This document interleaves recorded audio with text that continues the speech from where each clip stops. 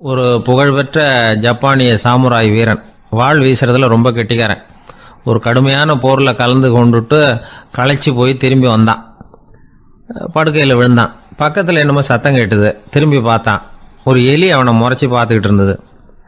உடனே வாழை உருவனா வீசினான். அது தப்பிச்சிட்டு ஓடி போச்சு. எவ்வளோ முயற்சி பண்ணி பார்த்தா முடியல. கடைசியில் அந்த வாள் முறிஞ்சு போனது தான் மிச்சம். ஒரு பக்கம் அவனுக்கு இது அவமானமாக போயிட்டுது, இன்னொரு பக்கம் பயமாக போயிட்டுது. எவ்வளவோ போர்களில் எதிரிகளை பந்தாடினவன் அவன் ஒரு எலிகிட்ட தோற்று போயிடுறதா அவனால் சகிச்சிக்க முடியல. மனைவி கிட்ட சொன்னான் இப்படி நடந்துட்டுதுன்னு. அவள் சிரிச்சா. உங்களுக்கு புத்தியே இல்லை, எலியை போய் யாராவது வாளால் வெட்டுவாங்களா அப்படின்னு அந்த அம்மா சொன்னதும், நீ என்ன சொல்கிறேன்னா, ஒரு பூனையை கொண்டுட்டு வந்துட்டா போதும், அதுக்கப்புறம் ஏன் எலி வரப்போகுது அப்படின்னு அந்த அம்மா. உடனே ஒரு பூனை வந்து சேர்ந்தது. அது சாதாரண பூனை இல்லை, வீர சாகசங்கள்லாம் செஞ்சு பழக்கப்பட்ட பூனை. பெரிய இடத்துல வளர்ந்தது. அதை கொண்டுட்டு வந்துட்டாங்க. அந்த பூனை குறி பார்த்து எலி மேலே பாஞ்சுது. ஆனால் அந்த எலியை சுலபமாக தப்பிச்சு போட்டுது. அடுத்தபடியாகவும் பாயறதுக்கு முயற்சி பண்ணிச்சு அந்த பூனை. ஆனால் அந்த எலியோ ரொம்ப தந்திரமாக திடீர்னு அந்த பூனையின் முகத்துக்கு நேராக பாஞ்சுது. அவ்வளவுதான். அந்த பூனை பயந்து போய் ஒரே தாவா தாவி ஜன்னல் வழியாக வெளியில் ஓடிப்போச்சு. அந்த வீரனுக்கு இது ஒரு பெரிய அதிர்ச்சியாக இருந்தது. அடுத்தபடியாக யோசனை பண்ணான். ராஜா வளர்த்துக்கிட்டு இருந்த அரண்மனை பூனையை ஒரு நாள் ஏரவலா கேட்டு வாங்கிட்டு வந்தான்.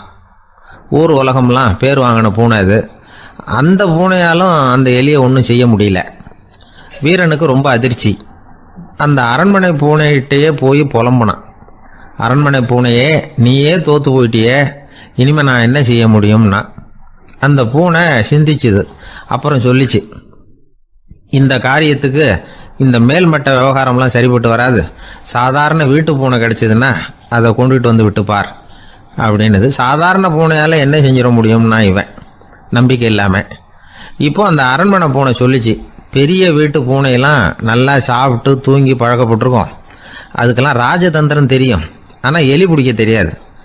அதுக்கான வளர்ப்பும் இல்லை, பயிற்சியும் இல்லை. ஏன்னா அதுக்கெல்லாம் பசி கிடையாது. சாதாரண வீட்டு பூனை அப்படி இல்லை, பசிக்கு ஆகாரம் தேடி அலையும். எலிகளை பிடிச்சி சாப்பிட்டுட்டு தான் உயிர் வாழும்.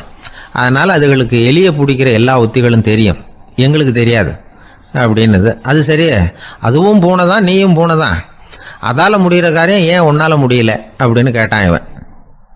இதுக்கு அந்த பூனை சொல்லிச்சு, இதே கேள்வியை நானும் கேட்டேன், உன்னுடைய தந்திர முறை என்னன்னு கேட்டேன். அதுக்கு பதில் சொல்லாமல் படுத்து தூங்கி போச்சு. அதை மறுபடியும் எழுப்பி கேட்டேன், அதுக்கு கோவம் வந்துட்டுது. இதில் என்ன தந்திர முறை வேண்டியிருக்கு, நான் ஒரு பூனை, அவ்வளவுதான். பூனைன்னா பூனை, பூனை எலியை பிடிக்கும், நான் எலியை பிடிக்கிறேன், அவ்வளவுதான்னுது அப்படின்னு சொல்லி விவரமாக சொல்லிச்சு அந்த அரண்மனை பூனை. உடனே ஒரு சாதாரண பூனையை கொண்டுட்டு வந்துட்டாங்க. கொண்டாந்து விட்டால் அது பார்க்குறதுக்கு ரொம்ப சாதாரணமாக தெரிஞ்சுது. இந்த வீரனுக்கு நம்பிக்கை வரல. இருந்தாலும் அதை கொண்டுட்டு வந்து வீட்டுக்குள்ளே விட்டான். ஒரே நிமிஷம் அந்த எலியை கவிட்டு வெளியில் ஓடிப்போச்சு. மேலிடத்து பூனைகள்லாம் இதை வேடிக்கை பார்த்துக்கிட்டு வெளியில் நின்றுக்கிட்டு இருக்குது. எல்லாரும் மெதுவாக அந்த பூனையை நெருங்கி, உங்ககிட்ட அப்படி என்ன தனிப்பட்ட திறமை, அதோட ரகசியம் என்னன்னு கேட்டாங்க. அந்த சாதாரண பூனை ரொம்ப சாதாரணமாக சொல்லிச்சான், அதெல்லாம் எனக்கு தெரியாது, நான் பூனை, அவ்வளவுதான், நீங்களும் பூனையா இருங்க அப்படின்னு சொல்லிவிட்டு அந்த பூனை தன்னுடைய வாயில் கவிய எலியோடு அங்கேருந்து நடந்து போச்சு. இந்த கதையிலேருந்து நாம் புரிஞ்சிக்க வேண்டிய தத்துவம் என்னன்னா, நீயாக இரு. இதுதான் அந்த தத்துவம். நம்ம ஒவ்வொருத்தருக்கு உள்ளேயும் ஒரு தனித்தன்மை இருக்குது. இதை அவங்கவுங்க புரிஞ்சுக்கிட்டு உண்மை இயல்பு புரிஞ்சுக்கணும். நம்முடைய இயல்பு என்னங்கிறது நமக்கு தெரியணும். அதை கண்டுபிடிக்கிறது தான் உண்மையான கலை. ஒரு பெரிய மனுஷன் வாயை அகலமாக திறந்து வச்சுட்டு தூங்கிட்டு இருந்தான். உடனே ஒரு எலி உள்ளே பூந்துட்டு தான். வீட்டு வேலையாள் டாக்டருக்கு ஃபோன் பண்ணான், எங்கள் முதலாளி வாய்க்குள்ளே ஒரு எலி பூந்துட்டுது டாக்டர் அப்படின்னா. நான் உடனே புறப்பட்டு வரேன், அதுக்கு முன்னாடி நீ ஒரு ரொட்டி துண்டை எடுத்து ஒரு வாய்க்கு முன்னாடி காட்டு, உள்ளே போன எலி வெளியில் வந்துடும்னார் டாக்டர். சரின்னு சொல்லிவிட்டான். கொஞ்ச நேரத்தில் டாக்டர் அங்கே போய் சேர்ந்தார். அப்போ வேலைக்காரன் ஒரு பெரிய மீனை அவர் வாய்க்கு நேராக இப்படியும் இப்படியும் ஆட்டிக்கிட்டு இருந்தான். நான் ரொட்டி துண்டை தானே காட்ட சொன்னேன்னார் டாக்டர். அவன் சொன்னான், எலியை வெளியில் கொண்டுட்டு வர்றதுக்கு ரொட்டி துண்டை காட்ட சொன்னீங்க டாக்டர், அதுக்கப்புறம் அந்த எலியை துரத்திக்கிட்டு ஒரு பூனை உள்ளே போயிருக்கு, அதுக்காகத்தான் இந்த மீனை காட்டிக்கிட்டு இருக்கேன் நானா. இது எதுக்குன்னா, இப்படி வேடிக்கையாக சொல்கிறது, பூனை பூனையாக இருக்க வேண்டும், எலி எலியாக இருக்க வேண்டும், மனுஷன் மனுஷனாக இருக்க வேண்டும் அப்படிங்கிறத புரிஞ்சுக்கிறது. நாம இருக்கிற வரை வெற்றி நிச்சயம். ஒரு ஊரில் ஒரு ஆள் இருந்தான். அவனுக்கும் அவன் மனைவிக்கும் சண்டை. இவன் கோவிச்சுக்கிட்டு வீட்டை விட்டு வெளியில் வந்துட்டான். நேராக தன்னுடைய நண்பன் ஒருத்தனை தேடிட்டு போனான். அந்த நண்பன் எப்படின்னா, எதுக்கும் அசர மாட்டான், எப்பவும் மகிழ்ச்சியாக இருப்பான். அவன்கிட்ட போய் இவன் யோசனை கேட்டான். அது சரி, நீ எப்படி எப்பவும் மகிழ்ச்சியா இருக்கிற, என்னால் அப்படி இருக்க முடியலையே அப்படின்னு கேட்டான். என்ன நடந்தது சொல்லுன்னு அவன். வீட்டில் எனக்கும் என் மனைவிக்கும் தகராறு, நிம்மதி இல்லை, அதுதான் இங்கே வந்தேன், உங்ககிட்ட யோசனை கேட்கலாமேன்னு அப்படின்னு விவரத்தை சொன்னான். அதை கேட்டுட்டு அதுக்கப்புறமா இவன் சொன்னான், இந்த பாருப்பா, இது ஒன்றும் பெரிய விஷயம் இல்லை. எனக்கு 2 மனைவிகள், 2 வீடு. ஒரு வீட்டில் சண்டை வந்துட்டுதுன்னா நேராக இன்னொரு வீட்டுக்கு வந்துடுவேன், இங்கே சண்டை வந்துட்டுதுன்னா நேராக அங்கே போயிடுவேன். 2 குடும்பம் இருக்கிறதுனால இப்படி ஒரு வசதி, இதுதான் என்னுடைய மகிழ்ச்சியின் ரகசியம் அப்படின்னு நானா. ஓ அப்படியா விஷயம், இப்போ புரிஞ்சுக்கிட்டேன், உன்னுடைய யோசனைக்கு ரொம்ப நன்றி அப்படின்னு சொல்லிவிட்டு அவன் திரும்பி வந்துட்டான். அங்கே எங்கே தேடினான். ஒரு வாரத்துக்குள்ள இன்னொரு பொண்ணை தேடி கண்டுபிடிச்சு கல்யாணம் பண்ணிட்டான். இப்போ இவனுக்கும் 2 வீடு ஆயிட்டுது. அதுக்கப்புறம் என்னாச்சு தெரியுமா, இவன் 2வதா கல்யாணம் பண்ணிட்டு வந்தானே, இந்த செய்தி முதல் மனைவிக்கு தெரிஞ்சு போச்சு. போனான், அது கழுத்தை பிடிச்சி வெளில தள்ளி விட்டு கதவை சாத்தி விட்டுது. இனிமே இந்த பக்கம் வராத, எனக்கு தெரியாம எப்படி நீ இன்னொரு கல்யாணம் பண்ண அப்படின்னு சொல்லி அடிச்சு விரட்டி விட்டுது. இவன் அதனால என்ன பரவாயில்லன்னு 2வது மனைவி வீட்டுக்கு போனான். அங்க பார்த்து, நீ எனக்கு கல்யாணம் பண்றதுக்கு முன்னாடி ஏற்கனவே உனக்கு கல்யாணம் ஆச்சுங்கிற விஷயத்த ஏன் என்கிட்ட சொல்லல அப்படின்னு சொல்லி அதுவும் கழுத்தை பிடிச்சி வெளில தள்ளி விட்டுது. இவன் வீதிக்கு வந்துட்டான். இங்கேயும் போக முடியல, அங்கேயும் போக முடியல. என்ன இது, அவன் சொல்லி கொடுத்த யோசனை ஒன்றும் சரியா வரலையே அப்படின்னு யோசனை பண்ணிக்கிட்டே நடந்தான். வழியில ஒரு பாழடைஞ்ச மண்டபம். சரி, இன்னைக்கு ராத்திரி இங்கேயே படுத்துருவோம், வேற எங்கேயும் போய் படுத்து தூங்க முடியாது, அதான் 2 பேரும் விரட்டி விட்டாங்களே, என்ன பண்றது அப்படின்னு சொல்லி அந்த மண்டபத்துல போய் ஒரு தூண்ல ஓரமா சாஞ்சி உக்காந்தான். அப்போ எதுக்காப்புல இன்னொரு தூண் ஓரமா யாரோ அசையறது மாதிரி தெரிஞ்சுது, லேசான இருட்டுல. யாரப்பா அது அப்படின்னு கிட்ட போய் பாக்குறான். அப்புறம் தான் தெரியுது, அவன் யாரு தெரியுமா, இவனுக்கு யோசனை சொன்னான்ல 2 கல்யாணம் பண்ணிக்கணும்னு சொல்லி, அவன் அங்க படுத்து கிடக்குறான். டேய் நீ எப்படிடா இங்க வந்த அப்படின்னா, 2 வீட்லயும் சண்டை வந்துட்டுது, அதுதான் இங்க வந்தேன், படுத்து தூங்கலாமேன்னு அப்படின்னா. 2 வீடு இருக்கிறது சௌரியம்னு என்கிட்ட சொன்னியப்பா அப்படின்னா இவன். நான் அப்படி சொன்னதுக்கு ஒரு காரணம் உண்டுன்னா அவன். என்னடா காரணம்னு கேட்டான். அது வேற ஒண்ணும் இல்ல, தினமும் ராத்திரி இல்ல இந்த மண்டபத்துல தனியா படுக்கிறதுக்கு எனக்கு பயமா இருந்தது, எனக்கு ஒரு துணை தேவைப்பட்டது, அதுக்காக தான் உங்ககிட்ட அப்படி யோசனை சொன்னேன்.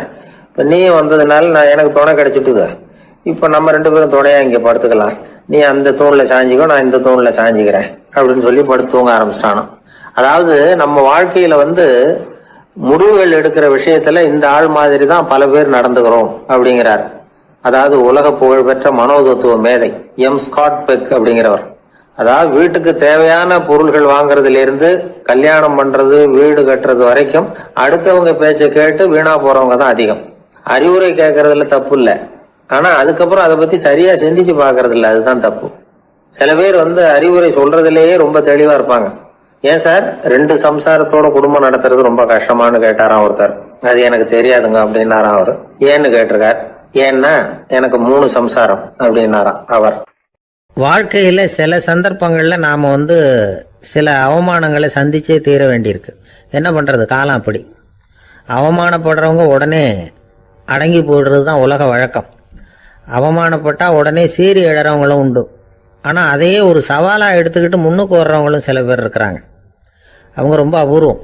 இன்னைக்கு மனோதத்துவ நிபுணர்கள்லாம் என்ன சொல்றாங்க தெரியுமா, அவமானப்பட்டுட்டா உடனே அடங்கி போயிடக்கூடாதான், அதையே ஒரு சவாலா எடுத்துக்கிட்டு மனசுல ஒரு வைராக்கியத்தோட முயற்சி பண்ணினா வாழ்க்கையில எல்லாரும் முன்னேறலாம். அவமானம்ங்கிறத நாம வைராக்கியமா மாத்திக்கணும், அதுதான் வெற்றிக்கு வழி. ராமர் இந்த பூமியில பிறந்ததே ஒரு வைராக்கியத்தினால தான் சார் அப்படின்னார் ஒருத்தர். எப்படிங்க அது அப்படின்னு கேட்டேன். அவர் சொன்னார், தசரதருக்கு ராமர் குழந்தையா பிறக்கணும், அப்பதான் இங்க இருக்கிற கஷ்டங்கள்லாம் நீங்கும் அப்படின்னு சர்வ லோகமும் எதிர்பார்த்துக்கிட்டு இருக்குது. ஆனா அவர் எப்போ பிறப்பார் அப்படின்னு யாருக்கும் தெரியல. அந்த காரியம் சீக்கிரம் நடக்கணுமே, அதுக்கு என்ன பண்றது. நாரதர் வந்தார் ஒரு நாள் தசரதரை தேடி. தசரதா, உனக்கு ஒரு செய்தி தெரியுமான்னு ஆரம்பிச்சார். அவர் எப்பவும் இப்படித்தானே ஆரம்பிக்கிறது வழக்கம். என்ன விஷயம்னு கேட்டார் தசரதர். தசரதா, நீ அடிக்கடி உன்னோட தேரில் ஏறிக்கிட்டு தேவலோகத்துக்கு போற, அங்கே போற வர்ற எல்லாம் பண்ணிட்டு இருக்க, எல்லாம் சரி. தேவலோகத்திலையும் உன்னை நல்லபடியாக தான் வரவேற்கிறாங்க. தேவேந்திரன் உன்னை பிரியமாக அழைச்சிட்டு போய் தன்னுடைய அரியாசனத்திலேயே தனக்கு பக்கத்திலேயே உட்கார வைக்கிறான். நீயும் சந்தோஷமாக உட்காந்து பேசிவிட்டு வந்துடுற. ஆனால் நீ இங்கே வந்ததுக்கு அப்புறம் அங்கே என்ன நடக்குது தெரியுமா உனக்கு அப்படின்னாரான் நாரதர். என்ன நடக்குது எனக்கு ஒன்றும் தெரியலையே அப்படின்னாரான் தசரதர். நாரதர்கிட்ட வந்து கிட்டத்தில் வந்து கேட்டிருக்கார், கொஞ்சம் சொல்லுங்கள் என்னது அப்படின்னு. அவர் நெருங்கி வந்தாராம் நாரதரும். மெதுவாக அவர் காதோட காதாக சொன்னாராம். அதாவது நம்ம பாஷையில் சொல்லப்போனால் பற்ற வைக்கிறார். நீ அங்கே தேவேந்திரங்கிட்ட உட்காந்து பேசிவிட்டு வந்த பிறகு நீ அங்கே உட்காந்துருந்த அரியாசனத்தை தண்ணி ஊற்றி கழுவி சுத்தப்படுத்துகிறாங்க. நீ என்ன அந்த அளவுக்கு சுத்தம் இல்லாத ஆளா, தினம் குளிக்காமையா இருக்கிற அப்படின்னாராம். தசரதருக்கு இது ரொம்ப அவமானமாக போயிட்டுது. அப்படியே செய்கிறாங்க அப்படின்னாராம். ஆமாம், நீ வேணும்னா நான் சொல்கிறது உண்மையா இல்லையா அப்படின்னு சோதனை பண்ணி பார்த்துக்கோ அப்படின்னாராம் நாரதர். உடனே தசரதர் இதுக்காகவே புறப்பட்டு தேவலோகம் போனார். அங்கே வழக்கம் போலவே இவரை கூப்பிட்டு உட்கார வச்சு பேசிக்கிட்டு இருந்தான் தேவேந்திரன். கொஞ்ச நேரம் பேசிக்கிட்டு இருந்துட்டு சரி நான் கிளம்புறேன்னு புறப்பட்டார். சரி, அவனும் வாசல் வரைக்கும் வந்து வழி அனுப்பி வச்சுட்டு உள்ளே போயிட்டான். தசரதர் வெளியில் கொஞ்ச நேரம் மறைஞ்சி இருந்துட்டு மெதுவாக உள்ளே எட்டி பார்த்தார் என்ன நடக்குதுன்னு. நாரதர் சொன்னது உண்மைதான். தசரதர் உட்கார்ந்திருந்த ஆசனத்தை அங்கே 2 தேவர்கள் கழுவி சுத்தப்படுத்திக்கிட்டு இருக்கிறாங்க. தசரதரால் இதை தாங்கிக்க முடியல. அவருக்கு ரொம்ப அவமானமாக போச்சு. நேராக கிடுகிடுன்னு தேவேந்திரங்கிட்டே போனார். நான் உட்கார்ந்துருந்த இருக்கையை சுத்தம் பண்ணுறியே, நான் என்ன அந்த அளவுக்கு பாவியா அப்படின்னு கேட்டார். ரொம்ப கோபமாக கேட்டார். தசரதரே, மனுஷனுக்கு 3 கடன்கள் உண்டு. தேவ கடன், ரிஷி கடன், பித்ரு கடன். இதை தீர்க்காதவன் பாவியாகிறான். இதில் மகனை பெறுவதால் தான் பித்ரு கடன் தீரும். உனக்கு மகன் கிடையாது, அதனால நீ பாவி ஆகிற. பாவி உட்கார்ந்துருந்த இடம்ங்கிறதுனால அதை சுத்தம் செய்ய வேண்டியது எங்கள் கடமை அப்படின்னு நானும் தேவேந்திரன். இந்த இடத்துல தசரதருக்கு ஏற்பட்ட அவமானம் ஒரு வைராக்கியமாக மாறிச்சு. தேவேந்திரனே கேட்டுக்கோ, ஒரு மகனை பெற்ற பிறகுதான் இந்த சபையில் மறுபடியும் அடி எடுத்து வைப்பேன் அப்படின்னு சொல்லிவிட்டு போயிட்டாராம். போய் புத்திர காமேஷ் யாகம் பண்ணார். புத்திரர்கள் பிறந்தார்கள். இந்த கதையில் உள்ள கருத்து என்னன்னா, தேவேந்திரன் தசரதரை அப்படி அவமானப்படுத்தலைன்னா அவருக்கு இப்படி ஒரு வைராக்கியம் பிறந்திருக்குமா யோசிச்சு பார்க்கணும். நமக்கு ஏற்படுகிற சில அவமானங்களையும் வைராக்கியமாக மாற்றிக்குவோம். அப்படி மாற்றிக்கிட்டோம்னா வாழ்க்கையில் வந்து முன்னேறலாம். நம்ம ஆளுங்க சில பேர் அவமானத்தை வந்து வைராக்கியமாக மாற்றிக்கிறது எப்படி தெரியுமா? நம்மகிட்ட ஒரு பையன் சொன்னான், எங்கள் அப்பா என்னை எல்லாருக்கும் முன்னாடி வச்சு திட்டுவிட்டார், பொறுப்பு இல்லாமல் ஊர் சுத்துறேன்னு சொல்லி அவமானப்படுத்தி விட்டார். இனிமே நீ என் முகத்திலேயே முழிக்காதரா போடான்னு வேற சொல்லிவிட்டார். எனக்கு ரோஷம் வந்துட்டுது. அந்த அவமானத்தை வைராக்கியமாக மாற்றிக்கிட்டேன். அன்னையிலேருந்து அவர் முகத்திலேயே முழிக்கிறது இல்லை அப்படின்னா. அப்படியான்னு கேட்டோம். ஆமாங்க, அவர் வீட்டில் இல்லாத நேரமாக பார்த்து உள்ள சமையல் கட்டுக்கு போய் சாப்பிட்டுட்டு நைஸாக வெளியில் வந்துடும்.